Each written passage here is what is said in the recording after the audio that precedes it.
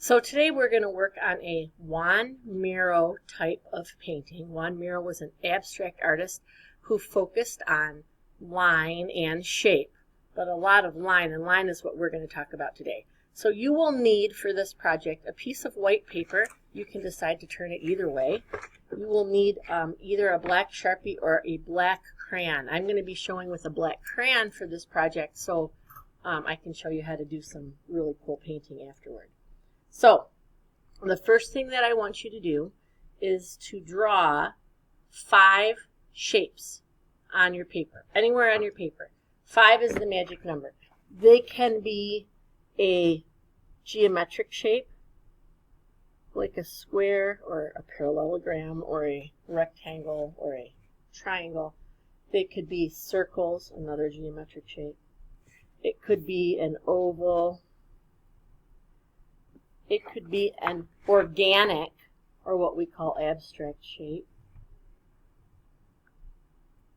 It could be another kind of a geometric, or I call them a named shape, so hearts, stars, those kinds of things. But you need 5 shapes on your paper.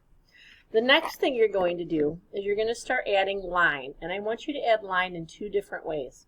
I want you to add line to connect the shapes, and I want you to add line to even go through the shapes.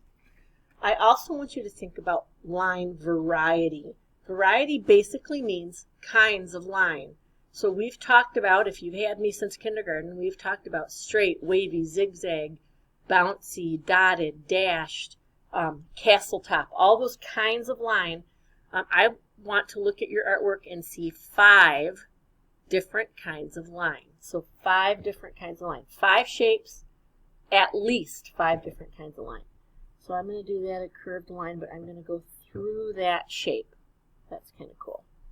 And then I'm going to go around this way. I might go through this shape again, and then I'm going to make a spiral line. And then here I might go zigzag. I'm going to go through that shape.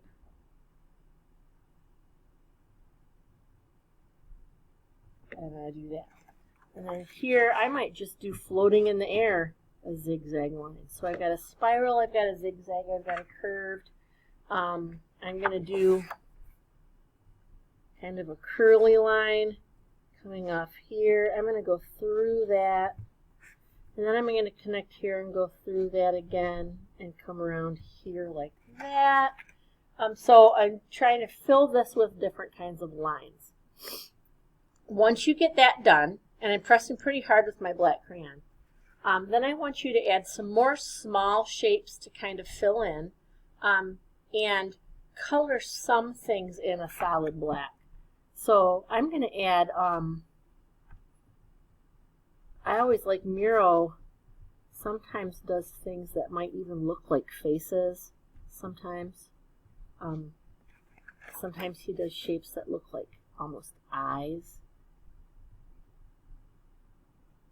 And then I'm going to choose some things to color in a solid black. So I might color this corner of the square solid black, anything that kind of makes a shape. I'm going to color the star in a solid black.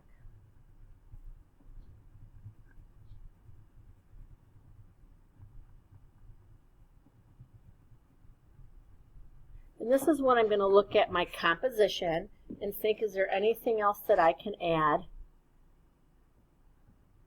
to make this look really cool? I'm going to add some circles here with maybe some lines coming out of them. Another shape that Miro does a lot is he'll do something like this. And I really like the shape. His drawings almost look kind of like outer space. They're always full of a lot of dots and things. Once you get this far, then I want you to start adding some color. And you're going to use crayon to do that. If you used Sharpie to do this black part, marker would be a really good thing to do this with. And I'm going to press really dark and waxy with this crayon. You want the crayon to really fill in nice. I don't mind about ruining tips of crayons because I like those colors to be nice and bright. So I'm coloring really, pressing really hard with that crayon. I think I'm going to do like a bluish purple right here. Again, pressing really, really hard. So you get to get your crayons. Again, if you do this with Sharpie, use your marker and start filling in different areas and leaving some of those areas white. Because we're going to be adding paint to this, if there's something you want left white, I would color it white. Ooh, I didn't even realize this white that I grabbed has some glitter in it. So that'll be fun. I don't know if you can see that on the screen or not.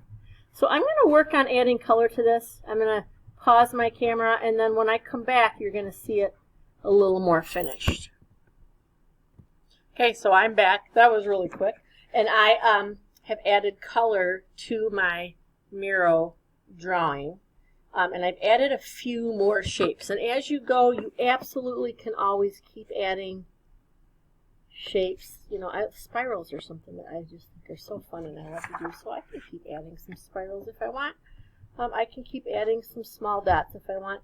If you look at some of those Miro paintings, they're really, really full of a lot of things to look at and see. So now we're going to move on to adding paint. So if you chose to use Sharpie and Crayola marker for this project, you are not going to move on to this portion. You'll be finished. You'll have a white background, and then you'll have colored in those shapes, and you'll be finished. One thing you can think about, however, if you're doing with crayon or with Sharpie, is to also think about line quality. When we talk about line quality, that's basically saying, are they thick lines or thin lines? And it's nice, along with line variety, to have some line quality. So especially if you're using the Sharpie, if there are some lines, you can go in and make thick lines, so you have some thick lines and some thin lines. I think that is a great thing to do, to just make some of these lines a little thick. And that's also a form of variety, to have some thick and some thin, some different quality of line. Okay, so I'm going to choose one color. If you look at a lot of Miro paintings, that is what he's done, is I'm going to choose one color for the background. And the reason that you want to do that is because you want people's eye to focus on all of these other things that you've added. And if you put a lot of different colors in the background, it's going to be a little harder for people to focus. So I'm going to choose one color. I think I'm going to choose red for this one. Some of Miro's paintings he chooses brown, and he lets those colors really pop out of the brown. Black would not be a good choice, and the reason black wouldn't be a good choice is because all of your lines are black, and you really wouldn't see all of the cool stuff you did. So I'm going to take some water on my brush and a little bit of this watercolor paint, and I'm going to go right over the top. And this is called a watercolor resist. Watercolor resist means that that paint is not going to stick to the wax. That's why I asked you to press really hard with your crayon. It might puddle up a little bit. You can see there's some little balls of water. It's kind of like when an adult waxes a car, or you go through the car wash, and when you come out of that car wash, there's like puddles, little beads of water on the car. Same thing. It's doing that same thing with that crayon. You can always wipe those off later after the painting dries. Or you can, if you just use a really small damp cloth, you can wipe them right off, or you can leave them on there. That is up to you. So I'm making sure I use a lot of water. If you don't use a lot of water, the paint, it's going to get really sticky, and then it will cover over your crayon. And if you're doing this at home, temper paint, poster paint, those kinds of things, those won't work for this. You want a really watered down paint. A couple of things, if you don't have paint, that would work well if you want to do brown, and I've done this before, you can paint with coffee or tea if you want a brown background, or some water with some food coloring in it might work really well for you. So that's it. That is my Miro-like abstract painting, focusing on lines. So if you chose this, I can't wait to see what you've done with it. Please remember when you're done to sign it when it's dry, or you can sign it before you even paint it. Sign it, take a picture of it, and upload it to your Google Classroom. Thanks, everybody.